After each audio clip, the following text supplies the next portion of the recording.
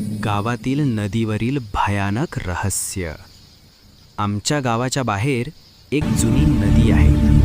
दिवसा शांत, स्वच्छ आणि सुंदर. पण रात्री 12 नंतर तिथे कोणीही जात नाही. म्हणतात त्या नदीत एका बाईचा आत्मा वास करतो.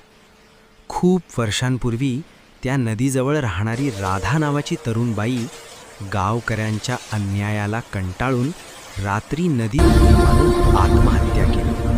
तिचा मृतदेह कधीच सापडला नाही. तेव्हापासून अमावस्येच्या रात्री नदीकाठी पायांचा आवाज, बांगड्यांचा खणखणाट आणि हळूच रडण्याचा आवाज ऐकू येतो. एकदा गावातील रमेश रात्री उशिरा शेतातून येत होता. शॉर्टकट म्हणून तो नदीकाठी गेला. अचानक त्याला आवाज आला, "मला घरी सोडशील का?" पांढऱ्या साडीतील बाई, चेहरा झाकलेला.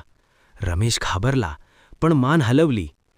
ती चालताना जमिनीला पायच लागत नव्हते. नदीजवळ पोहोचताच ती हसली आणि म्हणाली, "इथेच माझं घर आहे." क्षणातच ती नदीत विरघळली. रमेश बेशुद्ध पडला. सकाळी गावकळ्यांनी त्याला सापडलं, पण त्याचे केस पांढरे झाले होते. आजही रात्री त्या नदीजवळ गेलात आणि कोणी मदत मागितली तर मागे वळूनही पाहू नका, कारण ती अजूनही तिच्या घरी जायचा रस्ता शोधतीये.